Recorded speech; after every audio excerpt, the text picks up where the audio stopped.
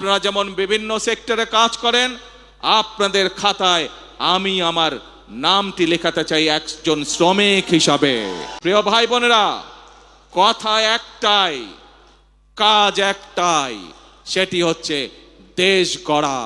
এবং সেই জন্যই শ্রমিকরা কেউ কারখানায় কাজ করেন, কেউ ইমারত নির্মাণ করেন, কেউ জুট মিলে কাজ করেন, কেউ পোশাক শিল্পে কাজ করেন।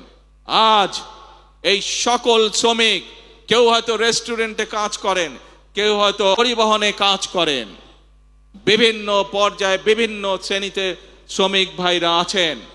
আজ সেই শ্রমিক ভাই সকলের উদ্দেশ্যে আমি বলতে চাই, আপনারা যেমন বিভিন্ন সেক্টরে কাজ করেন, আপনাদের খাতায় আমি আমার নামটি লেখাতে চাই একজন শ্রমিক হিসাবে।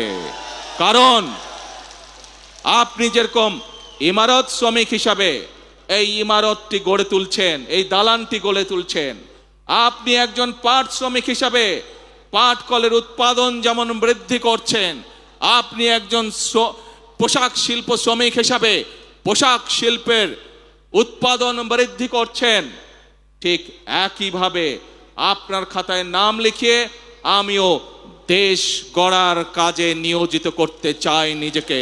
সেই জন্য আমি মনে করি এবং একই সাথে আমি মন্ত্রী পরিষদের সকল সদস্যের নাম শ্রমিক হিসাবে অন্তর্ভুক্ত করতে চাই। কারণ আপনারা যেমন এক একটি জিনিস গড়ে তুলছেন, আমরা আপনাদের পাশে থেকে দেশ গড়ার কাজে হাত দিতে চাই, দেশকে গড়তে চাই।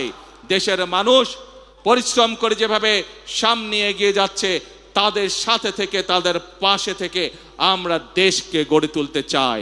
এজন্যই প্রিয় ভাই বোনেরা, আমাদের নির্বাচনের সময় স্লোগান ছিল, করব কাজ সবার আগে।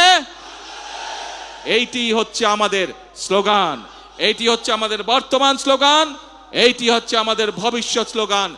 যেই স্লোগানের বলে বলিয়ান হয়ে ইনশাআল্লাহ আমরা এই প্রিয় মাতৃভূমিকে আমাদের প্রত্যাশিত বাংলাদেশ হিসেবে গড়ে তুলতে পারব।